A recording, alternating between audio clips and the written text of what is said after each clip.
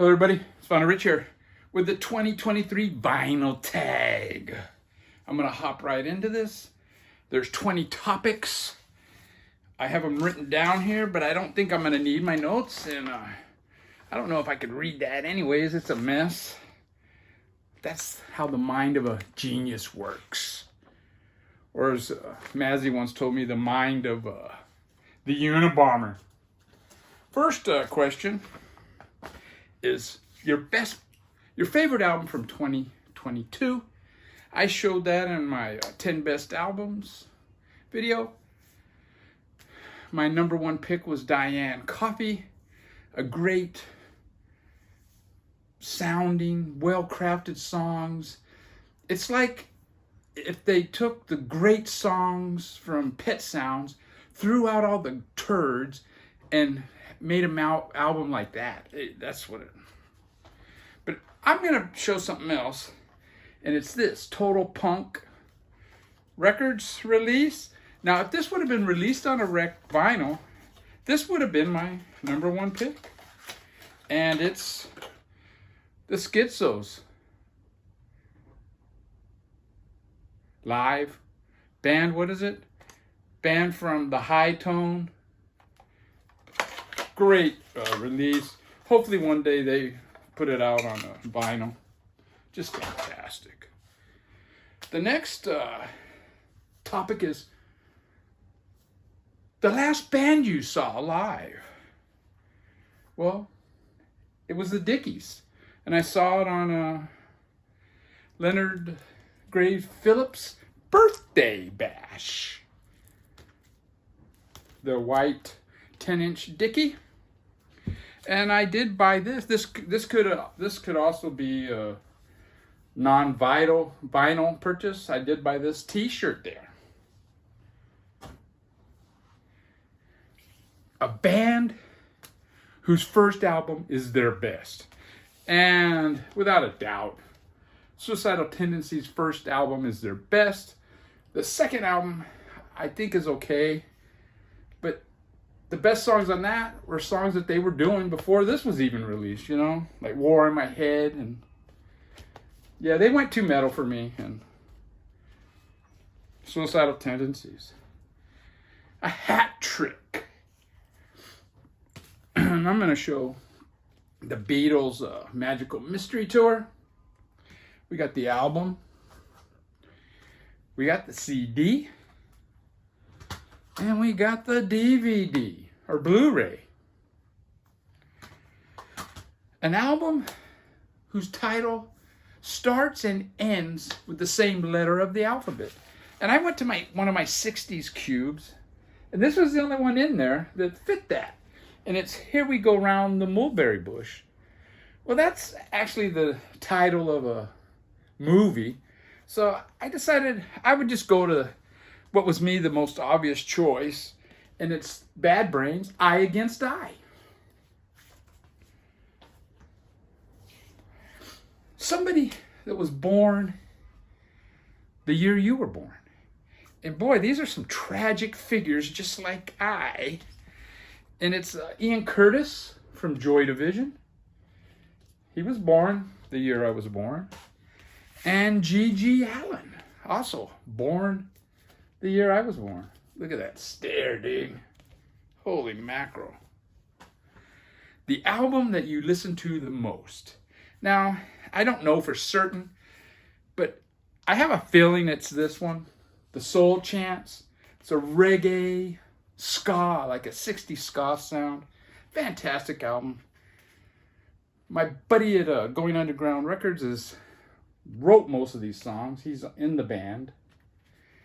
And his girlfriend is the singer. And yeah, it's just fantastic. I listen to this all the time. When I was outside in the summer, I would stream it on Bandcamp. And yeah, this is my most listened to album of the year. Now, the most listened to band of the year is, without a doubt, Death Valley Girls. It's a band I discovered in 2022. And fantastic, man. I just can't get enough of them. And I ended up getting all 4 of their albums, and I wanted to show something. Now, I made some comments about the vinyl. When it's different colors, you get a... On theirs, I don't get that. So it's not a universal truth. And I believe this is their 3rd album. Just check them out, man. Death Valley Girls, haunting vocals, just really, really good band.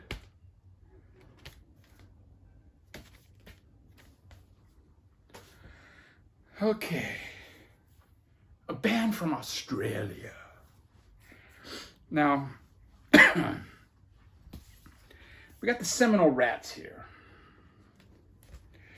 2 members from this band went on to the band I'm going to talk about. And this is like Johnny Thunders worship. I mean, Johnny Thunders is even on the cover. You have like this drawing of this guy in his house. You got there you got me, the angry old neighbor. Yeah, turn that shit down. And then you got these VHS tapes. And you got movies like Rock and Roll High School, Evil Dead. And then you got a VHS tape of Johnny Thunders and Black Flag. Pretty cool. But yeah, 2 members of this band and 2 members of this band from Australia went on to join or form the next band I'm going to show. These guys were like 16-year-olds when this came out. 16 and 17, I think, when their first single came out. And the band I'm going to talk about is Haas. Garage. I think they have 5 albums. I only have their first 2. This album was recorded in 1 day, and it just so happened it was the day before they did their first gig. I mean, what a rush job. And even the album cover is kind of a rush job. It's like a blurry photo. It's like a horrible album cover. Just horrible. It's pretty rough. They do a really good version of Bitch by the Rolling Stones. And this is their 2nd album. And this is a much better affair. It's the fidelity's better. The vocals on this are fantastic. It's the vocalist from the band God. But yeah, Haas from Australia. A surprising purchase. Well, for me, venturing into the Analog Africa archives. I bought 3 albums from Analog Africa, and I've just purchased 3 in December. They should be arriving soon. I figured I'd just bundle the 3 together, and I told my wife that can be my Christmas present because of the shipping. They're getting shipped all the way from Germany. But yeah, fantastic stuff. And I don't know if Steve Carlton had something to do with this, but I kind of think so. Yeah, Analog Africa. A band where you have their complete discography. There's a few of those, not a whole lot. Like, I don't have all the Beatles albums. I do have all the Cramps, and I do have all the Captain Beefhearts. But I'm going to go with one where they didn't have quite as many albums. They only had 7. And it's L7. This is their first album. I actually saw the band a little bit before this actually came out in Long Beach at Fender's. Their 2nd record, Smell the Magic. The one that blew up was Bricks Are Heavy. And it's got Pretend We're Dead, the big hit. It's also got Wargasm, which starts out with this Yoko Ono yelping. It's fantastic. Well done. Their 4th, what is this? Hungry for Stink. Great album. This one is, what is this one called? The Beauty Process. Still very good. I think one of the members left at this time, but very good album. Slap Happy.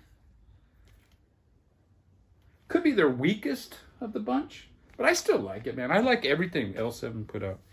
This is one that came out a couple of years ago, 2019, and it's actually really good. Scatter the Ratch, and I got the one that was signed by the band. And they came out with a best of on the Slash years. which is pretty good. Side 1 is better than 2. They could have put some better songs on it. A trifecta, or a band that had 3 great albums in a row. The first one that came to my mind was X, but it's a band I've talked about before, so I thought I would go a different route. And it's the Pogues. The Pogues played this amped up Irish folk music that kicked music right in the ass, really. I mean, it blew up, especially in the UK, man. This is their first album, their debut. Just fantastic. It does have some slower songs like The Odd Triangle, which is more of a performed in the traditional vein. But yeah, very good. In fact, side 2, I think most of it is traditional songs, but all the other ones are written by the band.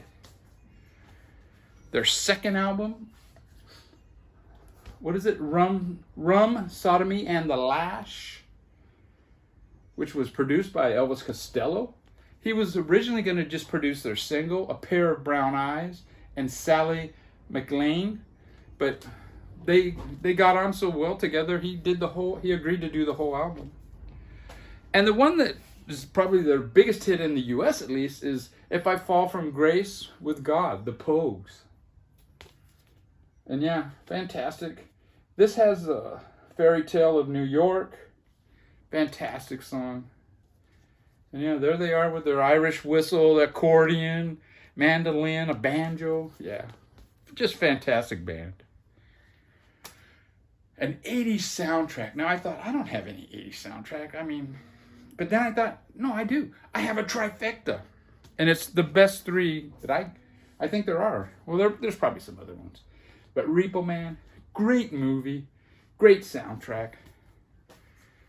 The Return of the Living Dead, another great movie and great soundtrack.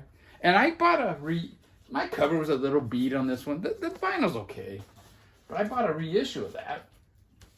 And it's on glow-in-the-dark vinyl. And the glow-in-the-dark vinyl does not sound very good. Most color vinyl I have no issue with, but that one didn't sound good. And the third one is Suburbia. The side A is 3 bands playing live.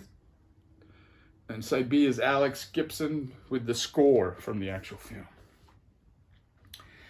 Somebody we lost last year. Well, I would say in the vinyl community, we lost Bill, the Michigan Collectors Club? Music Club? Oh, I forgot. Bill from the Michigan Music Club. But a band, I would go with Terry Hall from the Specials. Right there. They were really good in concert. In fact, I believe it was them that opened up for The Clash when I saw them. Most disappointing album of the year. Well, as far as like the music, there was like 6 of them, maybe 4 of them. But I traded those in Saturday, and on my next Vinyl Finds, I'll show what I got. But my absolute biggest disappointment was this record, The Stools. I mean, when the box came, it was like shaped like the letter C, man. It was Watch It Die, The Stools, and the Towheads, a split. They were kind enough to send me a replacement, though, so all is good in the world. A non-vinyl purchase. I was going to show that Dickies shirt, and I thought, you know what? How about this book? This crazy Finnish hardcore band. Pretty cool book. It's a brand of music that I never got into back in the day. I don't think most of their records ever reached the shores of the U.S. anyways. But I have maybe 10 or so albums, this Finnish hardcore stuff. And I'm going to I haven't shown them many of my Vinyl Finds. I might show them all together in one video. A Grail. that you got last year? Well, I did my best used vinyl finds, and in there was a couple of grails. But one record that I forgot to show, and I'm going to show that as my grail, is the Modern Lovers' first album. Just fantastic. And Hannah showed this as where their first album is the best. And very good pick, because man, the albums that followed this, I just can't get into. An album with a space theme. I was going to go with a 2001 Space Odyssey, but then oh wow, this album here made my 10 best albums of the year last year. And this one has a space theme. It's got this UFO, and these people are looking up. It's off with free LSD. On the back, it's got these pictures of a couple of solar systems. So that fit the bill. Some VCLT or a gift. Now, I believe I got VCLT from 4 people, and I don't want to single one out, and the other 3 are all motherfucker. And there could have even been more, and I'm forgetting. But I'm going to show a gift. And this gift is from the neighbor's kid. Really, really touching. He noticed that I don't wear white gym socks. I don't own any pairs of white gym socks, And the reason he noticed is because he likes wearing these kind of weird socks. And he got me these really cool socks as a gift. The Mona Lisa socks, just fantastic. And he got me a Van Gogh one. He knows I like art, and he knows I like, colorful socks. And yeah, that's my gift. And last but not least, we're going to show an album that's going to turn 50, an album that came out in 1973. I did my 10 best of 73, and this is one that I thought would have made that list, but I don't believe it did, just because the sound is so horrible. And it's Iggy and the Stooges' Raw Power. Now, I actually got this album, I think it was it Ward's? It was like or Zodi's. It was one of those department stores that went out of business. And they had all their records on sale for like $1, $2. And I picked this one up just based on the cover, Yeah, that's it. Thank you, Wab Walker. One of the biggest wankers of the VC. But yeah, that's it, man. Have a happy new year. Go Jets.